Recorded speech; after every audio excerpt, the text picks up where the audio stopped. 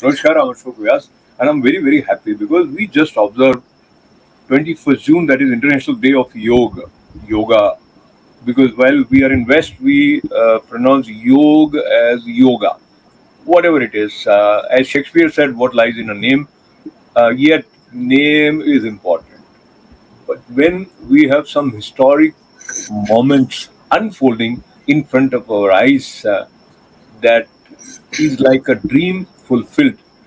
In the context of yoga and culture, the new development relates to the inauguration of the new premises of Nalanda University.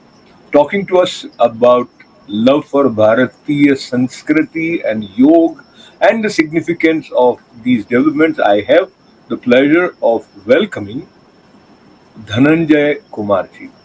Dhananjay जी, स्वागत है आपका। नमस्ते। Namaste Ashok ji, thanks for inviting me, and this is a very proud and happy moment for me to speak with you on this occasion. So let us both go to Nalanda and take a look at these visuals and see what kind of emotions it arouses. India has a rich tradition of education that goes back thousands of years. From the sacred teachings of the Vedas to the comprehensive studies in Gurukuls, education in ancient India was revered as a path to enlightenment and wisdom. Among the most illustrious of these centers was Nalanda University. Established in the 5th century AD, this magnificent institution was the world's first residential university, housing close to 10,000 students and teachers at its peak, and a library containing close to 9 million books. Chinese pilgrim and traveler Xuanzang also talks about the grandeur of Nalanda in his writings.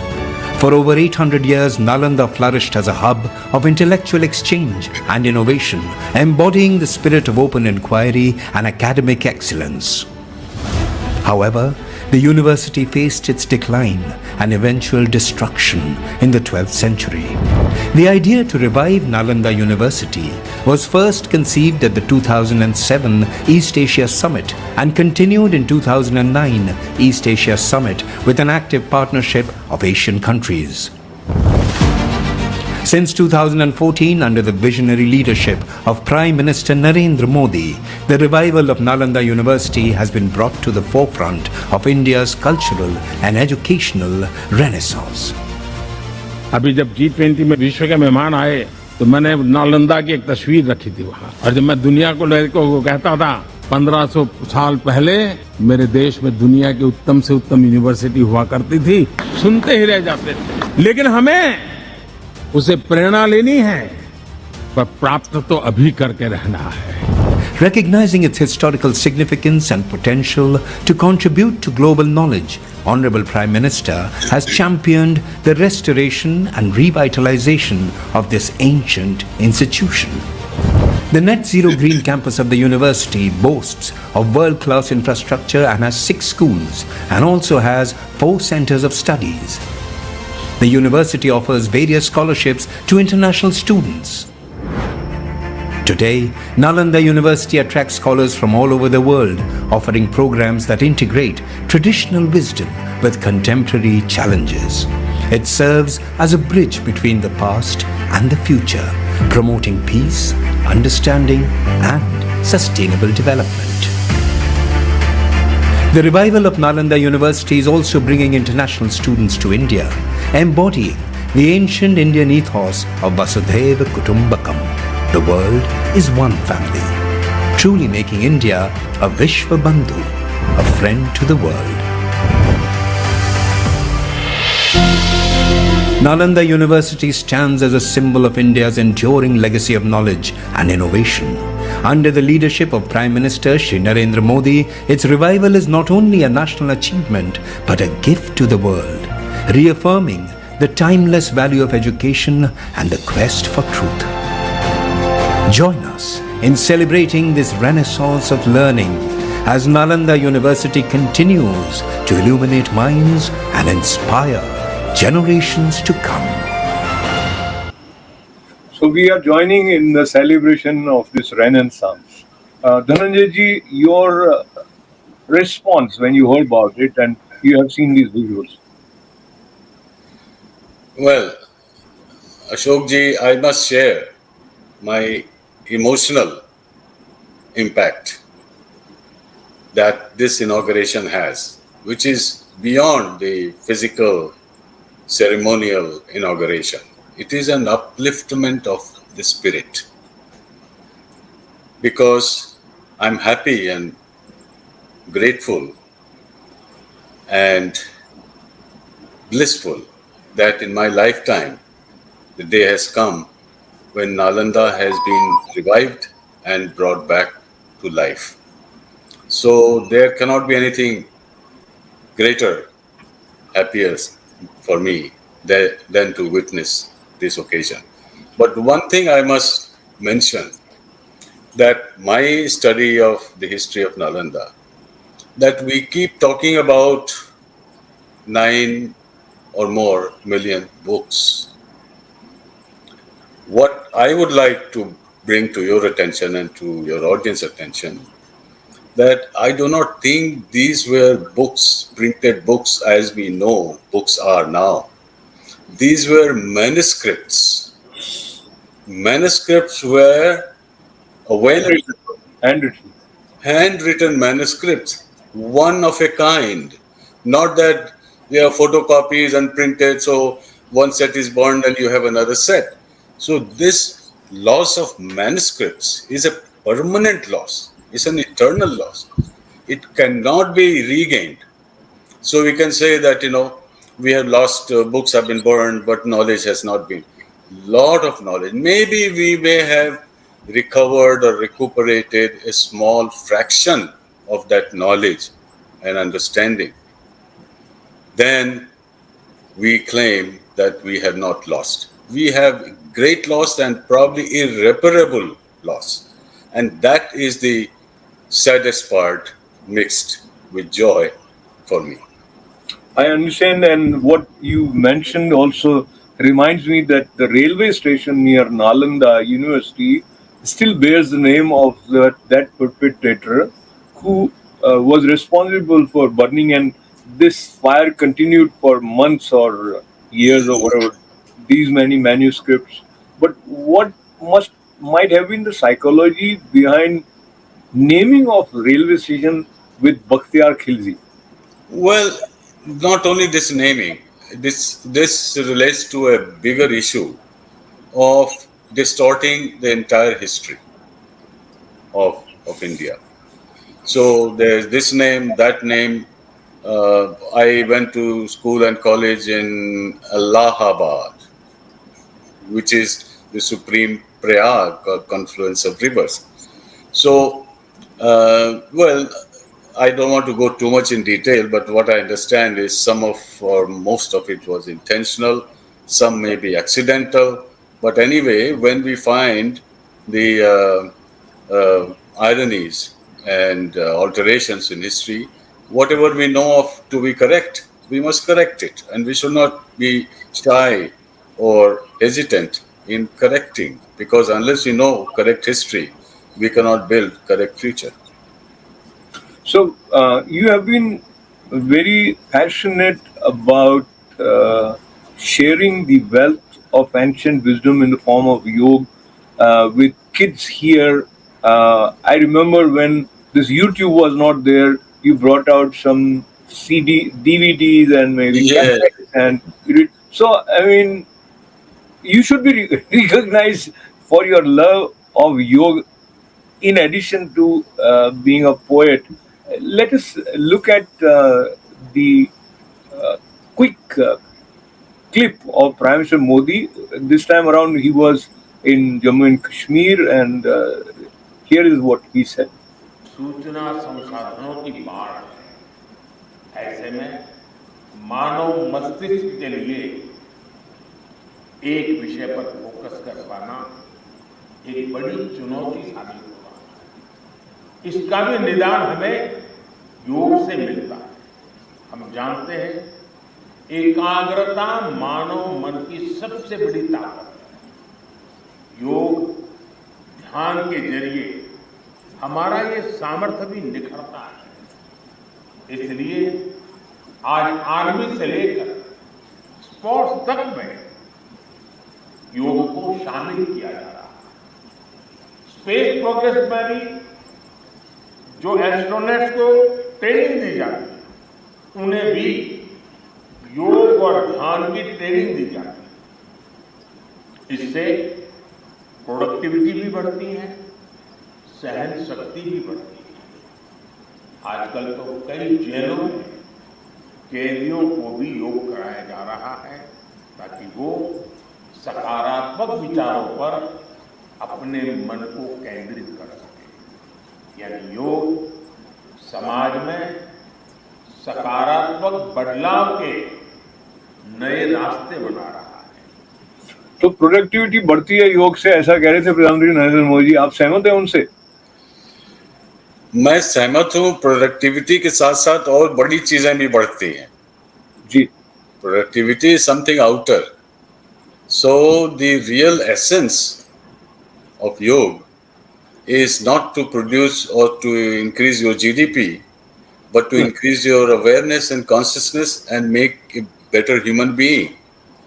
And what we find in the context of what we call globalization of yoga and soft power through it.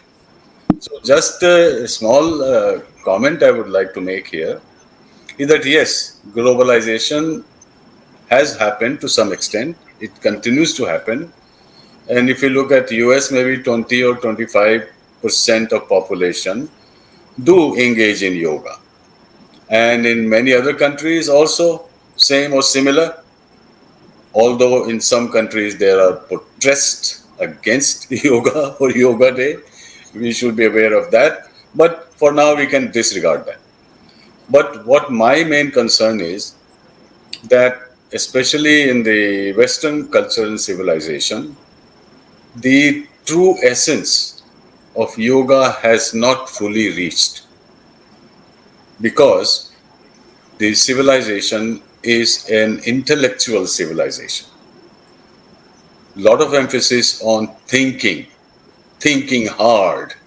Even when we say sometimes, or I hear people say, meditate on this, it's an important subject. Meditate on this. Well, you don't meditate on this to solve a problem. You meditate to go beyond the problem and beyond the disturbances and characteristics of the mind. So the real journey of yoga is spiritual, and the physical material is only the first step, not the final step. So by yoga, most people would say, I do this asana, this practice, this, that. And I can twist my body more than other people. And so it's a gymnastic thing, which is good for the body. But body is not the goal. It's to uplift, purify, enhance your physical capability as step number one. Then comes concentration, your sensory perception, awakening your inner senses, leading to the state of meditation, not doing and struggling, working hard to meditate, but make it a natural process. Now, these deeper and subtler aspects of yoga has reached some people, and I'm happy about that. But for the masses who are engaged in yoga, it is still a physical process. It is an exercise. So I hope that gradually, but surely, the true essence of yoga will permeate in society, and the whole society will be unified in a spiritual bondage and move toward a more peaceful, harmonious, and prosperous world. That is the vision of yoga. Dharanji, very well said. And indeed, to begin with, what is the immediate concern that we try to resolve? And I think gradually, wherever whosoever evolves to the extent in the subtler aspects as you suggested. Let me request you to share your initial journey of working towards propagating yoga when it was not as cool a thing as it has become now, and especially after United Nations having declared this as International Day of Yoga. how was it for you, and who was your teacher? What was it that brought you under the fold of yoga? If you reflect on that. Well, I have been lucky to have many teachers, and I have learned bits and pieces from all of them. But my real teacher is Krishna, and many swamis, many yoga masters I have learned from, and I can give you a lot of names. But I learned from Swami Satchidanand most of the yogic techniques in Yogaville here in Virginia, and many others. But my inspiration was something deeper in life because I had a very busy job, 25, 30 years, and I've traveled to 40, 50 countries. And I found similarity of issues and problems everywhere. I said, if the problems are similar, not identical, then there must be a reason why they persist. So they persist at many levels. They persist at health level, at mental distraction level, at different diseases people are suffering from, which can be easily either cured or definitely prevented. So my first attraction was to learn yoga in the correct, proper, and authentic way. And secondly, how to bring the benefit and share with others. Others being, I have taught yoga for about 30 years, starting from 1980s, and tried to improve myself. And it was a first-hand experience that how my own approach to life, my own approach to living, and living a healthy and happy life was made possible. I said, if it can happen to me and I'm an ordinary person, then it can happen to everyone. So I intensely started teaching as much I could give and bring to the attention of my students. I have done, but I did not teach only asana practice because with asana comes pranayama, and all of the asanas have a proper method of breathing while performing or engaging in those asanas, which is somehow still missing. So when I started teaching correctly, hopefully correctly, then my students really appreciated it. That when they tried to do this without the breathing, integrating the breathing aspect, pranayama aspect, they had felt a little restless. They will not feel comfortable. They got tired very easily. I said, if you get tired doing yoga or after doing 15, 20 minutes yoga, if you think you have lost your energy or tired, there's something wrong you are doing. You should feel more energetic, more enthusiastic after yoga than before. But the opposite result I was seeing. So I tried to correct that as my first priority. And I also had a discussion or a satsang group on Patanjali Yoga Sutra, on Bhagavad Gita, even part of the class or a special class on a weekly or monthly basis. So I carried all these aspects of yoga together in unison. So that was, I think, my best effort, and I hope my contribution.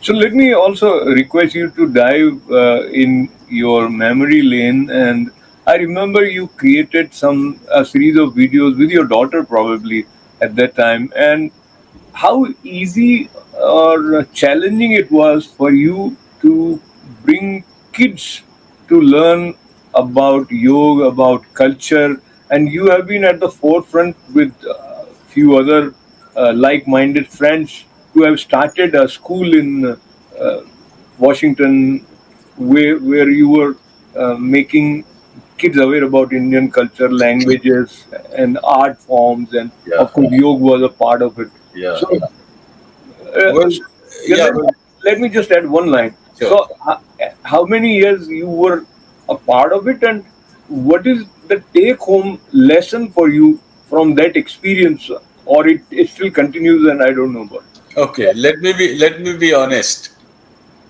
Okay, that school that we started about 44 years ago was when I had my first child.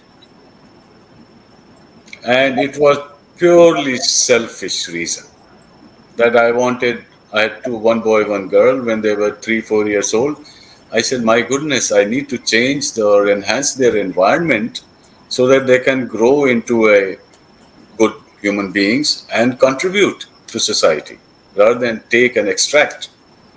So I said, let me bring some aspects of culture to their attention, like music, like language, Hindi language they should be familiar with, and not only because it's a language, because it's a very evolved language and it has many times more words than any other language. It has many sounds and many expressions, and it is connected with history and culture. So I thought language is important, and some sort of performing arts like music or dance or some activity, painting, sketching, whatever. So I started 1 or 2 classes and at my basement, and so a few friends knew about it. So I included them, then more and more and more. So in a way, it started with pure individual selfishness, and the scope of my selfishness grew and grew. So it encompassed the whole society. That is my selfishness. So in the last 44 years, the school has grown. It owns its own building and has about 100 classes per week and about 20 or 25 teachers. And we teach Indian languages, culture, music, dance, tabla, instruments, and all kinds of dances. And we have even recently introduced fusion dances and fusion music to be of interest to few more modern day younger generation. So bringing younger generation into the culture fold is to me very important, because children create our future society, and how they grow up will determine how our civilization and culture grows. So I have a lot of experience in teaching at college and universities. So I graduated from that, and now I teach children. Wonderful. Myself, So, yeah, Dhananjay, let me take you back to Nalanda briefly. Prime Minister Narendra Modi, in his address there, also talked about making India the center of education and knowledge as his mission, which resonates with what you have already yeah. done in your own way. And he looks at Nalanda's restoration as ushering in of a new golden age for the nation. So here is a part of his address. No, I तीसरे agree. कार्यकाल की शपथ ग्रहण करने के बाद पहले 10 दिनों में ही नालंदा आने का अवसर मिला है।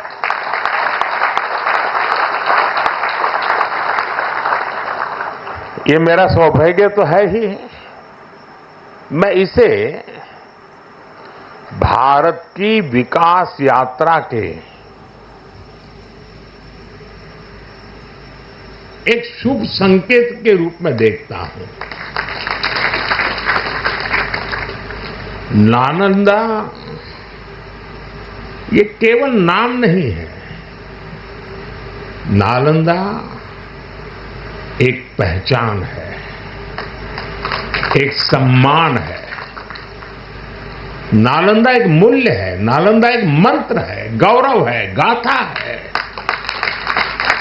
नालंदा है उद्घोष इस सत्य का कि आग की लपटों में पुस्तकें भले जल जाएं, लेकिन आग की लपटें ज्ञान को नहीं मिटा सकती।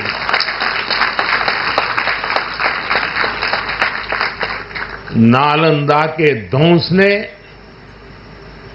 भारत को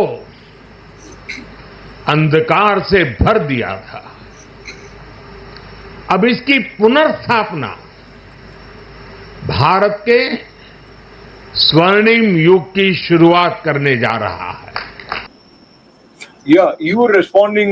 You don't agree with him or what? No, no, no. I mean, I am nobody to claim that I agree or don't agree. That's not the point. And there is hardly any other public speaker more eloquent than the Prime Minister. I would just wish to add one word that yes, it is a symbol of vikas, growth. I would like to add uthan, upliftment, because upliftment is the key to our culture, not more and more, but better and better. Absolutely. So let me, So, we just have 2, 3 minutes. I want you to briefly share. You have, you are committed to kind of develop a syllabus or some sort of a course for students to learn about Indian culture, and you have also started implementing that in some parts of India, some schools. We just have 2, 3 minutes. Kindly explain that. okay, okay, that's a tough job, but I'll try. So that concept is not to change or replace the education system, but to add those important elements which are missing. And I found about 10 or 15 elements missing, and they can only be done with small children, primary school children, because Like, by the time high school, it is too late. So, what I'm trying to do is add those elements in once per week class, and now about 100 schools have joined, and I'm expecting that by the end of the year, maybe 500 schools. mention one element when you say 10, 15 elements. What Okay, element? one or two I'll mention. One is self-awareness is missing in education system, in the books and curriculum. It's about the outer world, the inner world, the knower, the student is missing, and its curriculum and exam and grading is very stressful. So under stress, children don't learn much. They only tend to memorize. Thirdly, the education system focuses more on the left brain, masculine brain, which is competition, struggle, analysis, rather than right, the feminine brain, which is more compassionate, more natural, more creative, more etc. So integrating both sides of the brain. And thirdly, if you allow me to say, is imagination and problem solving, because as Einstein said, no problem can be solved with the same mindset that has created it. So a different mindset which is innovative can think of alternative futures, can think long term instead of immediate profit. So that expansion, explosion of mind and new ideas, new creativity. So these are the three or four, and I have 10 more which I Yeah, can talk another yeah. time. Probably we'll have another section with details on that.